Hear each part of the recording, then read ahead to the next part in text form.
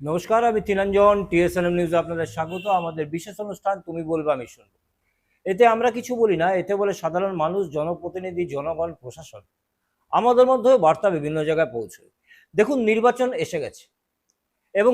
এসে গেছে এবং রীতিমতো আমরা কিন্তু প্রতিদিন দিনে রাতে সন্ধেবেলায় রাত্রেবেলায় বিভিন্ন সময় আমরা বিভিন্ন জায়গায় যাচ্ছি। পানের দোকান, চায়ের দোকান, চপের দোকান, হোটেল, রেস্তোরাঁ অথবা যেখানে প্রচুর মানুষ রয়েছে আমরা গিয়ে তাদের সঙ্গে কথা বলছি। একদম সাধারণ মানুষ হিসেবে কথা বলছি এবং ঠিক তারা কি বলছে সেই বিষয়টা আমরা জানার চেষ্টা করছি, যেটা আপনাদের সামনে তুলে ধরতে পারি। নির্বাচনের ফলাফল কি হবে না হবে সেটা পরবর্তী সময় বলবে। আমাদের বলার ক্ষমতা নেই কে জিতবে কে হারবে, কিন্তু ট্রেন্ডসটা কোন দিকে সেটা কিছুটা হলেও আন্দাজ পাওয়া যাচ্ছে এই সমস্ত মানুষদের সঙ্গে কথা বলে। প্রথমেই বলি, এবারের ভোটার কিন্তু কমপ্লিটলি সাইলেন্ট ভোটার। মানে যে সমস্ত শাসক দলের স্লোগান বা বিরোধীদের স্লোগান আপনি দেখতে পাবেন মিটিং মিছিলে, ওইটুকু সময়, বাকি সময় কিন্তু স্লোগান নিয়ে কেউ কিছু ভাবছে না, কেউ কিছু বলছে না, এবং কিরকম একটা চুপ থমথমে পরিবেশ রয়েছে নির্বাচনের ক্ষেত্রে। অর্থাৎ ভোট যে এসে গেছে সেই ক্ষেত্রে একটা থমথমে পরিবেশ রয়েছে, যেটাকে এই মুহূর্ত পর্যন্ত সাইলেন্ট সিচুয়েশন বলা হচ্ছে। ভোটারের মানসিকতা সাইলেন্ট সিচুয়েশনে রয়েছে এমন একটা বলা যেতে পারে, বা ভোটাররা সাইলেন্ট আছে।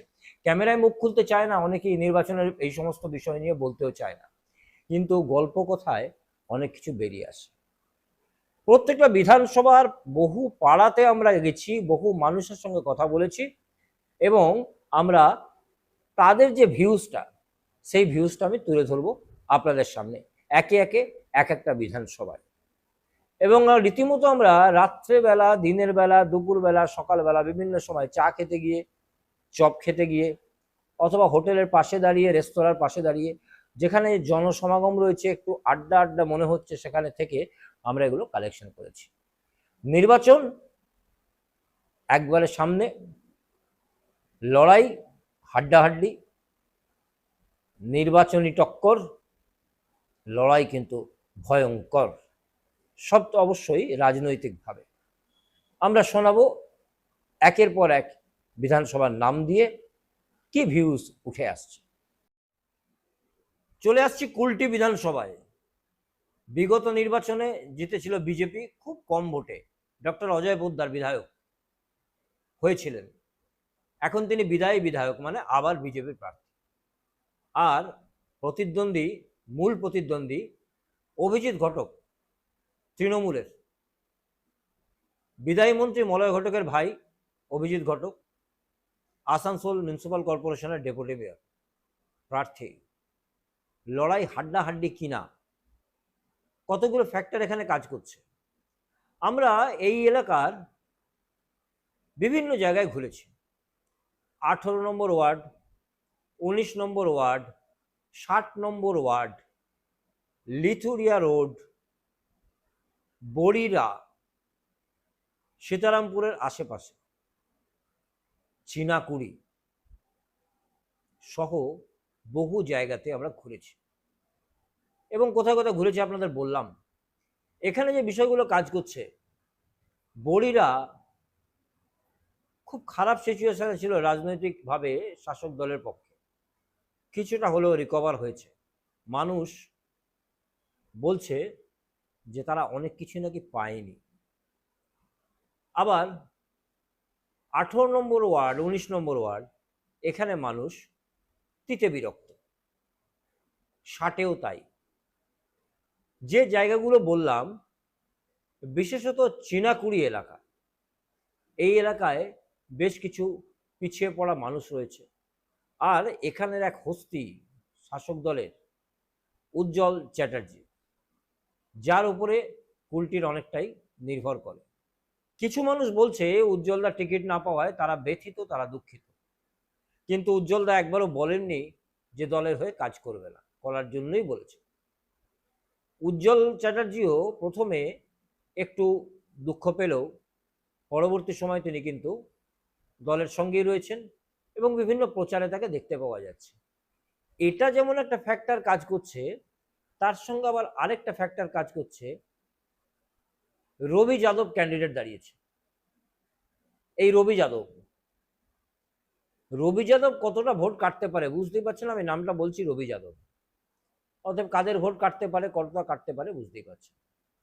আবার অপরদিকে দেখতে গেলে তৃণমূল থেকে একটা বিরাট অংশ, তারা কিছুদিন আগেই বিজেপিতে এসছে। এই ভাঙলো ভাঙলো ভাঙলো তৃণমূল এমন একটা অবস্থা তৈরি হয়েছিল, যেটা অভিজিৎ ঘটক পৌঁছে আবার অনেকটা রিকভারিতে নিয়ে এসছে। এলাকার মানুষ বলছে, আমরা কিন্তু কিছু বলি না। যারা বিজেপিতে গেছে তৃণমূল ভেঙে, সিপিএম থেকেও গেছে, তারা কতটা সুখকর হয়ে কাজ করতে পারবে, কতটা ভালো রেজাল্ট আনবে, সেটা ভবিষ্যৎ বলবে। অভিজিৎ ঘটকের হাত ধরে বহু বিজেপি, বহু বাম তারা তৃণমূলে যোগদান করছে। এটা একটা ফ্যাক্টর। এই যোগদানটার ভবিষ্যৎটা কি, আদৌ সত্যি তো, নাকি না পাঁচিলের ওপর দাঁড়িয়ে, এই একটা ফ্যাক্টর কাজ করছে। অপরদিকে বিজেপির 2-3 জন নেতা, নাম আমরা বলবো না, নাম আমরা উচ্চারণ করব না, কেন কারোর সম্পর্কে বলা এইভাবে সেটা আমাদের এথিক্সের মধ্যে পড়ে না। 2-3 জন বিজেপির নেতা, যাদের কথা ভেসে আসছে, যারা নির্দিষ্ট সময় খবর পাচ্ছে না, কোথায় কোনো অনুষ্ঠান তারা জানতে পারছে না, অথবা তাদেরকে সেই সম্মান দিয়ে ডাকা হচ্ছে না, সে কারণে তারা বিজেপির বিরোধিতা না করলেও কিছুটা চুপ করে বসে আছে। এটা অজয় পোদ্দারের পক্ষে কতটা সুখকর, সেটা কিন্তু একটা প্রশ্ন দাঁড়াচ্ছে। এর সঙ্গে রয়েছে সংখ্যালঘু ভোটের বিষয়। সংখ্যালঘু ভোটে সেখানে আবার নির্দল প্রার্থী দাঁড়িয়েছে, তিনি কতটা ভোট কাটতে পারবেন। তৃণমূলের পক্ষ থেকে, ওই লোকাল যারা ওখানে তৃণমূল সমর্থন করে, তাদের পক্ষ থেকে দাবি হচ্ছে সংখ্যালঘু পুরো ভোটটাই তাদের। তাহলে ইনি যিনি দাঁড়িয়েছেন নির্দলে, তিনি কতটা ভোট কাটতে পারবেন, সেটাও একটা প্রশ্ন চিহ্ন দাঁড়িয়েছে। এমন এমন ইস্যু দাঁড়িয়েছে শুধুমাত্র একটা ডাস্টবিন তৈরি না হওয়ার কারণে, এবং সেই ডাস্টবিন তৈরি না হওয়ার কারণে অনেক মানুষ বেঁকে বসেছে। দেখুন, উপর মহলের যে খবর এবং একদম গ্রাউন্ড লেভেলে গিয়ে যে খবর, সেখানে মানুষ কিন্তু অভিজিৎ ঘটকের দিকে মুখ ঘুরিয়ে নেই। মানুষ মুখ ঘুরিয়ে আছে বেশ কিছু কাউন্সিলরের দিকে। সাধারণ মানুষ সবাই কিন্তু অভিজিৎ ঘটককে চিনছে না, তারা কাউন্সিলরকে চিনছে, তার মাধ্যমে তারা তাদের প্রার্থীকে জানছে। কিন্তু কাউন্সিলর, বেশ কয়েকজন কাউন্সিলরের দিকে মুখ ঘুরিয়ে আছে কুলটির মানুষ, শাসক দলের কথা বলছে। আবার বেশ কিছু মানুষ বিদায়ী বিধায়ক অজয় পোদ্দার কিছু কাজ করেনি এমন কথাটাও বলছে। কিছু মানুষ অবশ্যই বলছে অনেক কাজ হয়েছে, এটাই রাজনীতির নিয়ম। তাহলে এখানে কতগুলো ক্যাটাগরি কাজ করছে। একটা হচ্ছে সংখ্যালঘু, যেটা বললাম। সেই ক্ষেত্রে আবার দেখা যাচ্ছে যে এই মুহূর্তে, মানে কিছুদিন আগে পর্যন্ত, ভোট ঘোষণা আগের পর্যন্ত যিনি বিধায়ক ছিলেন অজয় পোদ্দার, তিনি তো বিধায়ক ছিলেন, এবং কয়েকজন নেতা তাদের কিন্তু বেশ জায়গাটা তারা জমিয়ে রেখেছিলেন, মানে নিজের অধিকার, নেতার অধিকার জমিয়ে রেখেছিলেন। প্রশ্ন হচ্ছে, অভিজিৎ ঘটক জিতে গেলে তাদের সেই অধিকারটা থাকবে তো, তারা যেটা মনে করছে, কেন তারা সেইভাবে মেনে নেয়নি। ওই যে বলে বেড়াচ্ছে, শুনছেন না, যে বহিরাগত, বাইরে থেকে আসছে, 2-1 জন বলছে, বেশি সংখ্যক মানুষ অ্যাকসেপ্ট করেছে।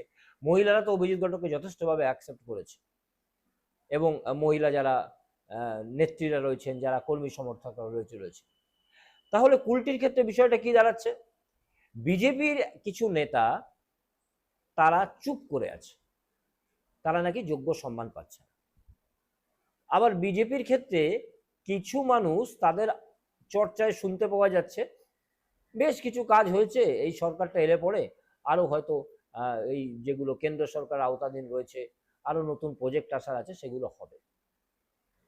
আর কিছু আড্ডা থেকে শুনতে পাওয়া যাচ্ছে যে অভিজিৎ ঘটক ইয়ং এবং কাজ করা লোক, এবং কুলটিতে যে একটা ইন্টারনাল ডিভিশন আছে, সেটা অভিজিৎ ঘটক মিটিয়ে ফেলতে পারবে। যদিও সেই ক্ষেত্রে উজ্জ্বল চ্যাটার্জির মুখটা বারবার ভেসে আসছে, কিন্তু উজ্জ্বল চ্যাটার্জির ক্ষেত্রে দেখা যাচ্ছে তিনি কিন্তু দলের হয়ে কাজ করছেন, দলের হয়ে ঘুরছেন, প্রচার করছেন, এবং তার যারা কর্মী সমর্থক, অর্থাৎ যাকে পকেট বলা হয়, সেগুলোকে সম্পূর্ণভাবে তিনি শাসক দলে ডিভোট করেছেন। তাহলে বিষয় কতগুলো দাঁড়ালো। প্রথম হচ্ছে সংখ্যালঘু ভোট, সেখানে একজন নির্দল প্রার্থী দাঁড়িয়েছেন। দ্বিতীয় হচ্ছে যে অভিজিৎ ঘটক ওই এলাকা থেকে যদি বিধায়ক হন, তাহলে কিছু নেতার যে দবদবা বলা হয়, নিজের এলাকা ধরে রাখার বিষয়, সেটা নিয়ে তারা চিন্তিত। দুটো জিনিস তারা ভাবছে, এক হচ্ছে অভিজিৎ ঘটকের সঙ্গে মিলে সেই জায়গাটা তারই থাকবে, আবার ভাবছে যদি তারা কোনো অন্যায় কাজ করে থাকেন বা তারা নিজের জায়গাটাকে শুধু নিজেই করে রাখেন, তাহলে অভিজিৎ ঘটক জিতলে সেই জায়গায় তাদের সুবিধা হবে নাকি, এই একটা ফ্যাক্টর কাজ করছে। তৃতীয় ফ্যাক্টর কাজ করছে যে বেশ কিছু বিজেপি এবং বাম তারা এসছে অভিজিৎ ঘটকের হাত ধরে তৃণমূলে যোগদান করেছে, তারা কতটা প্র্যাকটিক্যালি কাজ করবেন পাঁচিলের ওপর নেই তো। চতুর্থত একটা বিষয় কাজ করছে, বহু তৃণমূল এবং সিপিএম সমর্থক মঞ্চ করে বিজেপিতে যোগদান করেছিল, তাদের কতটা দেখতে পাওয়া যাচ্ছে, তারা পাঁচিলের উপর নেই তো। এই রিজাইন এবং জয়নিং এর খেলা তো চলছেই, তার মধ্যে খুব কম পরিমাণ ব্যবধান ছিল বিগত নির্বাচন। এবারের নির্বাচনটা ঠিক কোন দিকে, তার মধ্যে রয়েছে এসআইআর, তার মধ্যে রয়েছে সেন্ট্রাল ফোর্স, অর্থাৎ এই পুরো বিষয়টা ক্যালকুলেট করে মানুষ একেবারে সাইলেন্ট হয়ে গেছে, কেউ কিছু বলছেই না। তাদের গল্প থেকে আমরা যেটুকু পেলাম সেটুকু আপনাদের সামনে উপস্থাপিত করলাম, এরপর আরও যা পেতে থাকবো অবশ্যই আপনারা দিতে থাকবো।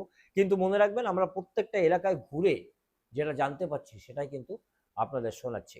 এখনো পর্যন্ত প্লাস মাইনাস নেগেটিভ পজিটিভ আপনারাই বলবেন কুলটি বিধানসভায় কি হতে যাচ্ছে। আমাদের বিশেষ অনুষ্ঠান তুমি বলবে আমি শুনবো আজ এ পর্যন্তই, আবার দেখুন আগামীকাল অন্য বিধানসভা।